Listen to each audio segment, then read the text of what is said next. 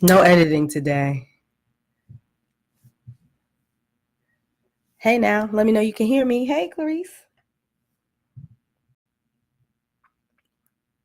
Oh, maybe you didn't want me to say your name. Hey, Song.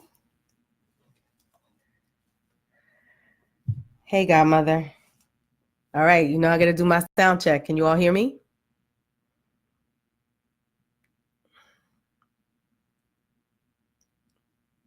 That means you can hear me. Awesome.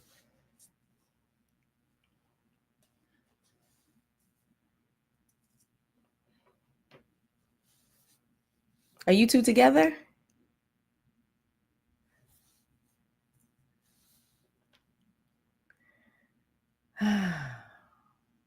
I figured as much. So why are you both listening in different places? Why don't you just one of you can disconnect and I don't understand. Oh, you're not together. Oh, I thought she was coming to see you. Well, all right then. So, normally I, wait a couple of minutes to get started.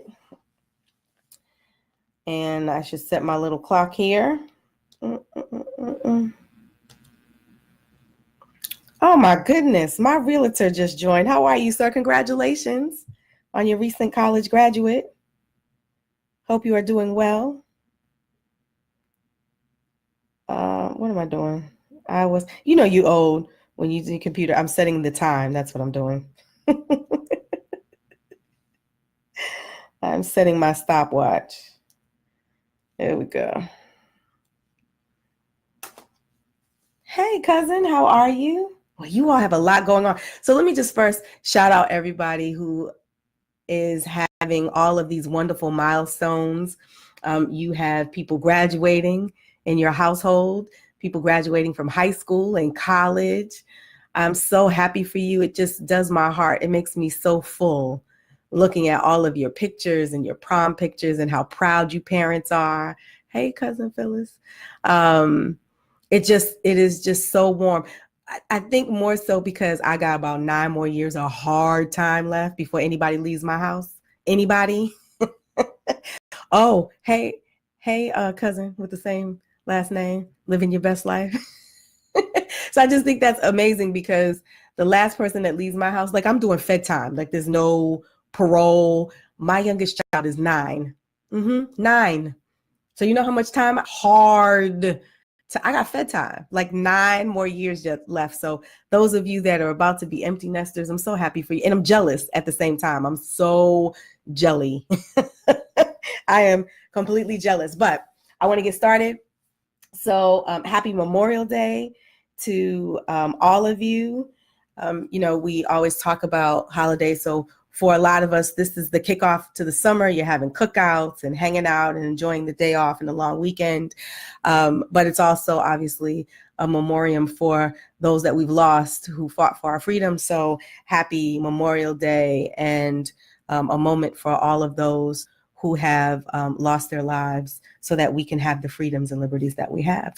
So, know quite a few people who have served in the military and some whose families have died in combat. So my love to them. My very first best friend is on the line as well. Hey girl, she's coming to visit me. I'm so excited. I don't know if she want me to say a name because she might have priors, how I feel about that. And then my other girl from church, she's on. I haven't seen you in a while with your Oprah hair. I always call somebody.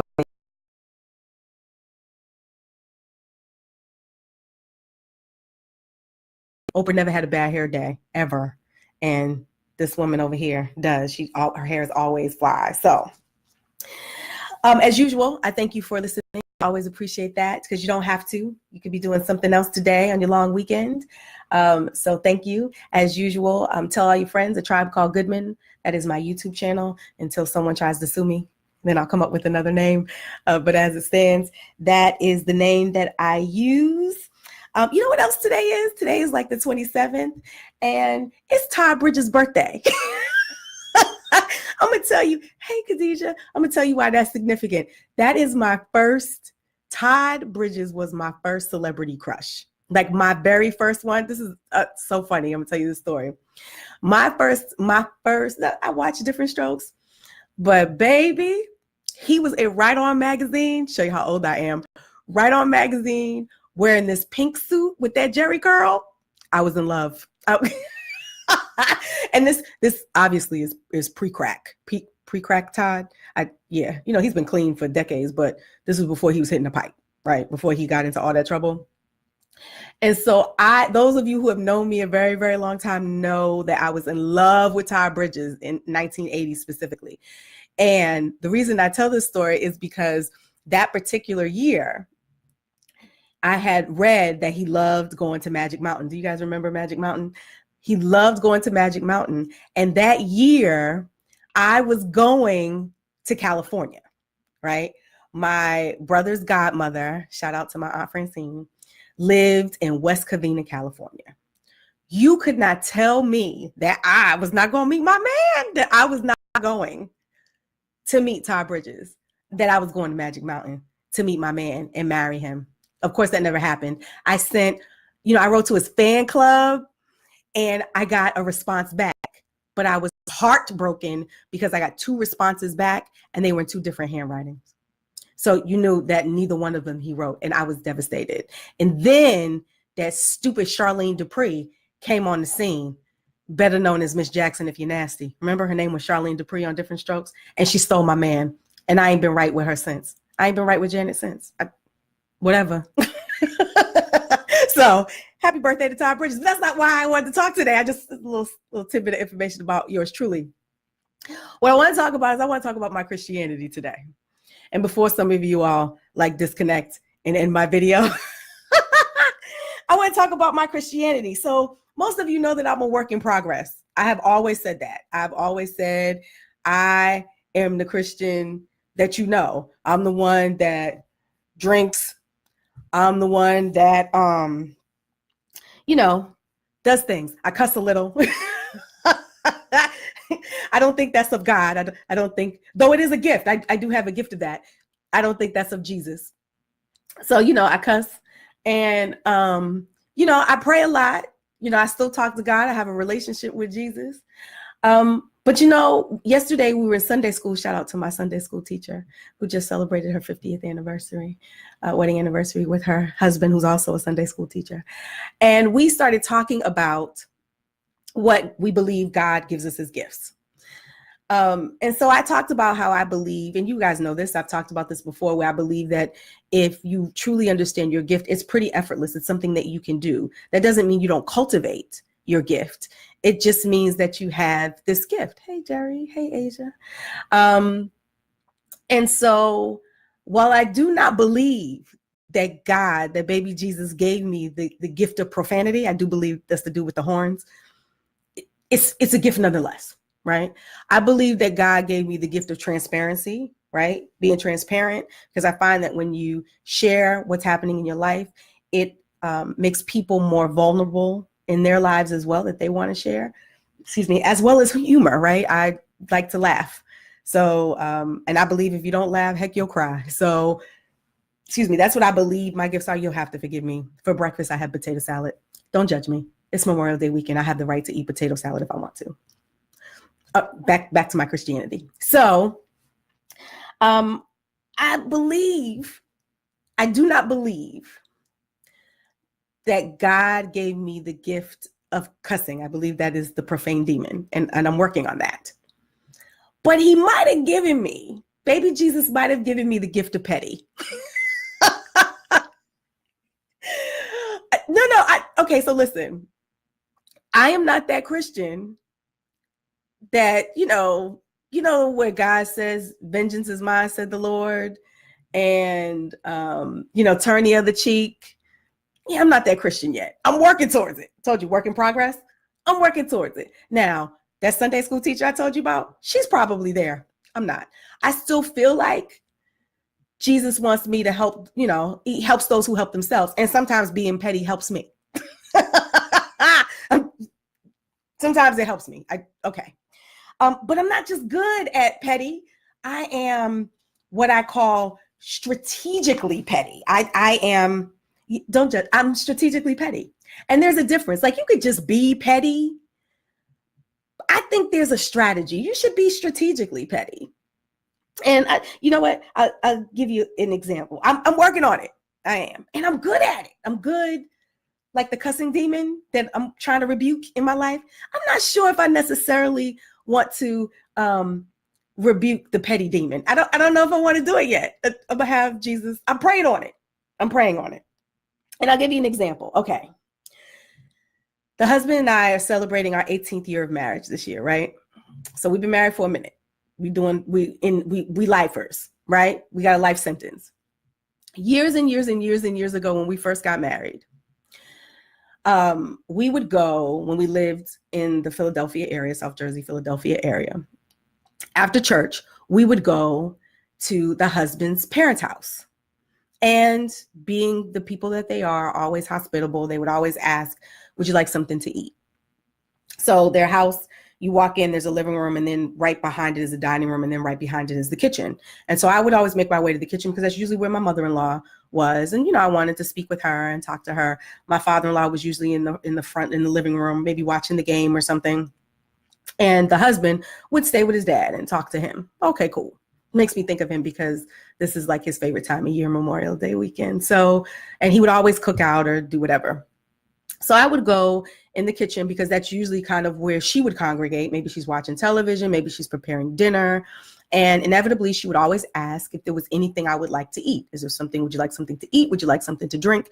And before I would do anything, before I would put one morsel in my mouth, before I would go get myself anything to drink, I would come back into the living room in the front area, and I would ask the husband, can I get you something? Would you like something to eat? Would you like something to drink? Your mother asked me, did I want anything? Would you like something? And he would say yes. And then I would go get him something to drink, something to eat, bring it back to him. And then I would eat.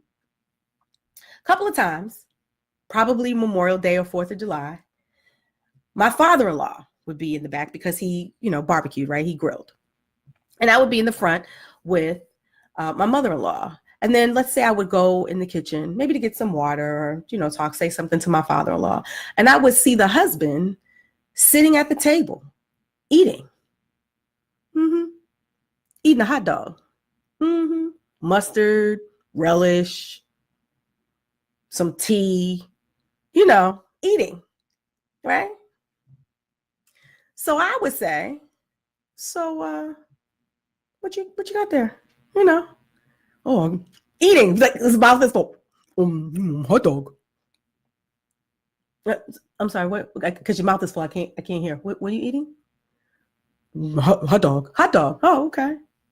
Did you ask me? Did I want anything to eat? Right? Oh no, I didn't think to ask. Yeah. He didn't think to ask. Interesting. Because before I do anything, I always ask you, do you want something to eat? But don't worry, I'm good. I mean, we both left the same place, and neither one of us have had lunch. But you sit down and enjoy your hot dog, right? Hot. I'm hot, right? Seething, right? Same week, because I'll never forget this. Same week, I am coming home late from work or something. And I asked the husband, hey, can you heat me up something to eat before, you know, when I get home? Yeah. So I come in, old boy's watching television. I say, babe, where's my food? Where's my plate? He says, oh, I was watching the game. I forgot. You forgot? Okay. You forgot, you say? Okay. So now, you see what's happening. You see what's about to happen? Okay. Because I've never forgotten when my husband comes home to have a plate, at the very least, in the microwave so that he could heat it up. I still do it to this day. I always make sure there's a plate or something if he's coming home late or whatever. So I believe what's good for the goose is good for the gander. I believe that. Y'all remember that? That came from a song too. Remember, Oh Sheila, remember? Who sung that song? Oh Sheila. Who's that? It wasn't The Deal. Who was it? Ready for the World. That's what it was. Ready for the World. So we go to his parents' house, maybe another event. So maybe this was Memorial Day weekend, and then we get to 4th of July, and inevitably my father-in-law is cooking, and I happen to be in the back, and I'm eating a hot dog. His hot dogs are pretty good. That's what I'm making a face. Hot dog's pretty good. He comes in. Hey, man.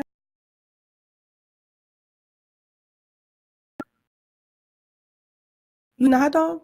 They're good too. You not gonna give me a hot dog? Oh, were you hungry? Kept right on eating. Don't play with me. Don't play with me. Get home later that week. Comes in the door. He's like, hey, is there any food left? Oh, yeah, it's in the refrigerator. Oh, you're not gonna get me a plate? Must have forgot. You know, that was 18 years ago. You know, I ain't never had a problem since. You know that, right? Never. I have never, ever, ever had a problem since. He will get up, make me a plate. He will do, if he gets to the food first.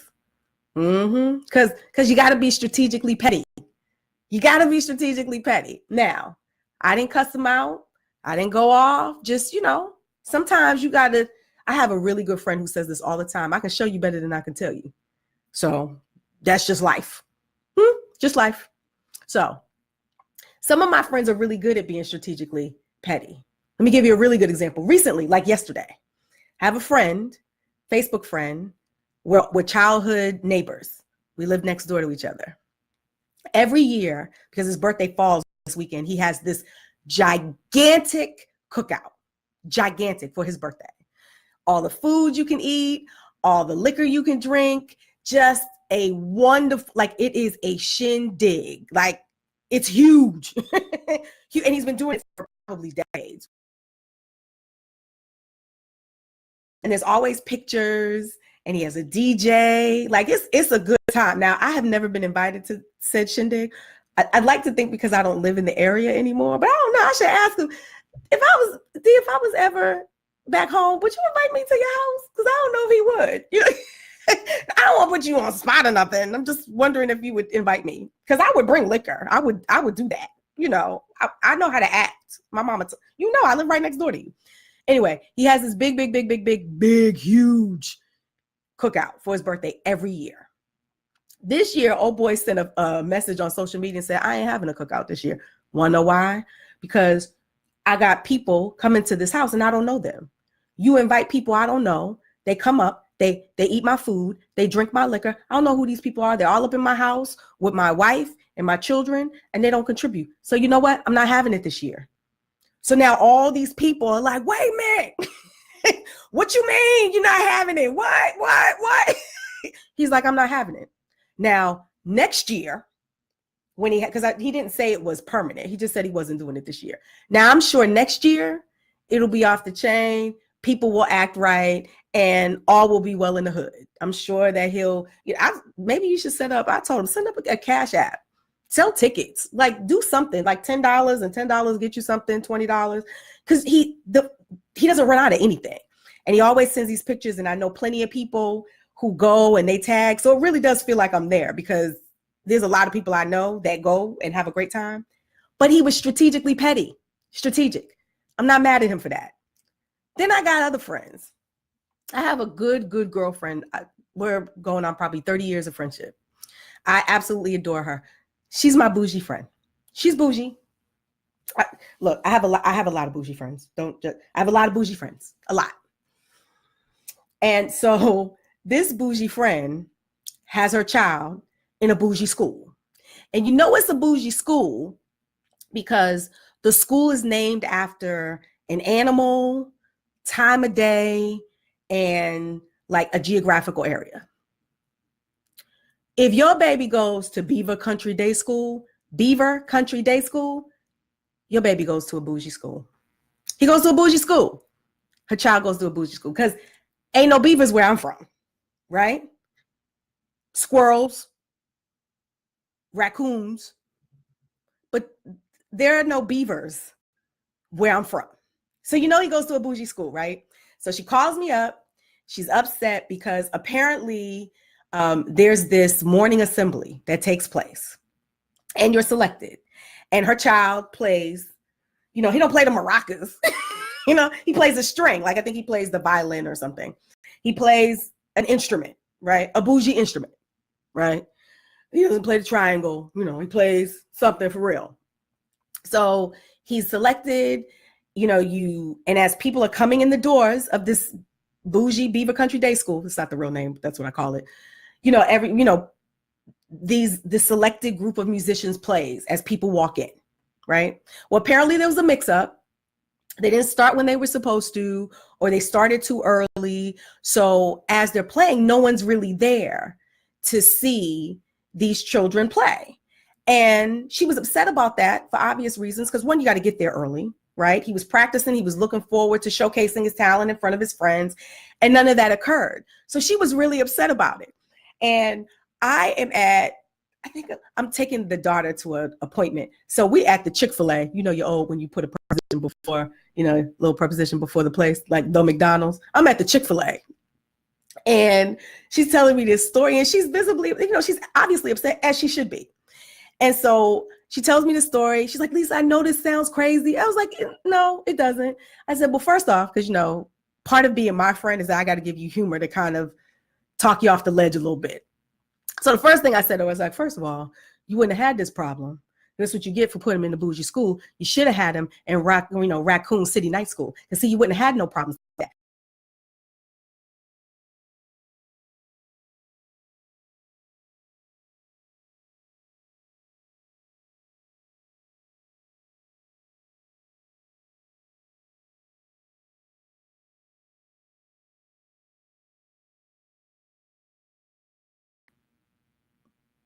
Due to your wireless connection. Can you still see me? Just tell me yes, and I'll keep talking.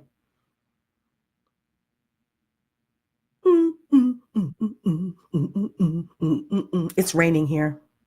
Can you still hear me?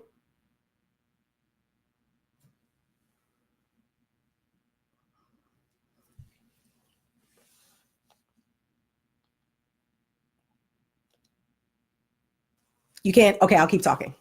So I say that to her. I say, okay, so clearly your baby's in the wrong school. And then she says, well, she laughs, which is what I wanted her to do. I said, okay, now it doesn't sound crazy. You have the right to feel the way you did. There's no issues. It's okay. I get it. You're upset because you got him there and you didn't get the opportunity to showcase his talent in front of his friends. I said, but now what you have to do is you got to be petty. Petty. You know how you be petty? I said, this is how we're going to be petty. And we're going to allow someone to help us be petty. That someone is Sean P. Diddy Combs. That's who it is. You know what we're going to do? Hey, Blue. This is what we're going to do. Next time you're in that school, because you're going to walk up in there, because it's an uppity school, right? Uppity school. And that means also that there's not a whole lot of chocolate chips in that bowl of ice cream. Y'all know what that means. You can translate it yourself. And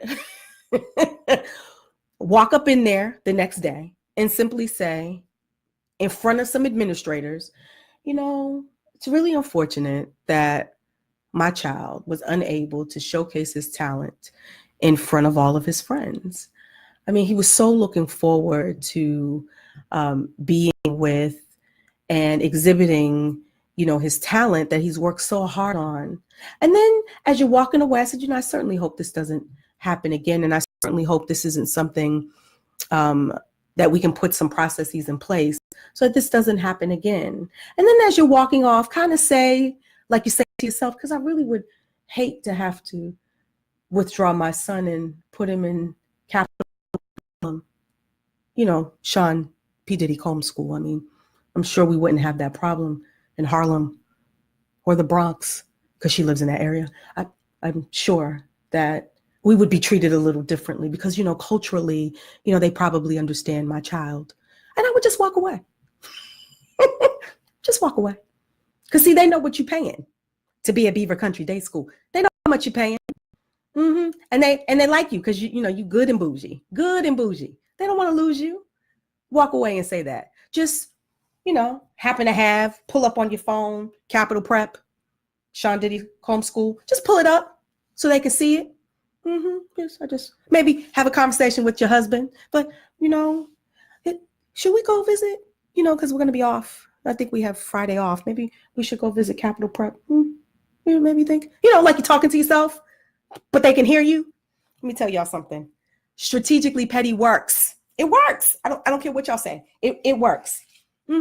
See, so what's the moral of the story of my story? Look, number one.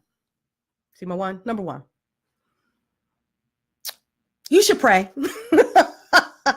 Pray that baby Jesus will remove and revoke and rebuke the pettiness from you.